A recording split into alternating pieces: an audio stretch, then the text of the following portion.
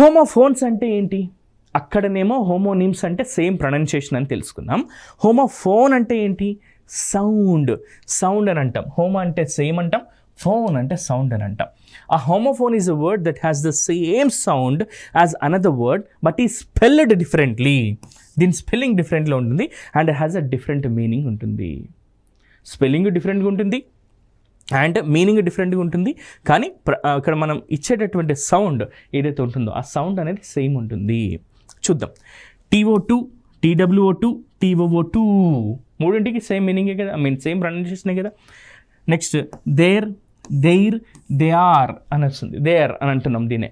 ఇక చూడండి, దేర్ అంటే అక్కడ, దేర్ అంటే వారి యొక్క, దే ఆర్ అంటే వారు ఉన్నారు అనే మీనింగ్లో ఉపయోగిస్తాం. ప్రే,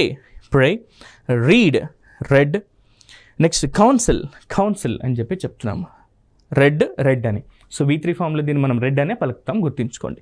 సో ఇలా హోమోఫోన్ అంటే అర్థం ఏంటి అంటే సేమ్ సౌండింగ్ వర్డ్స్ని మనం ఇక్కడ ఏమంటున్నాం, హోమోఫోన్స్ అని చెప్పేసి చెప్తున్నాం.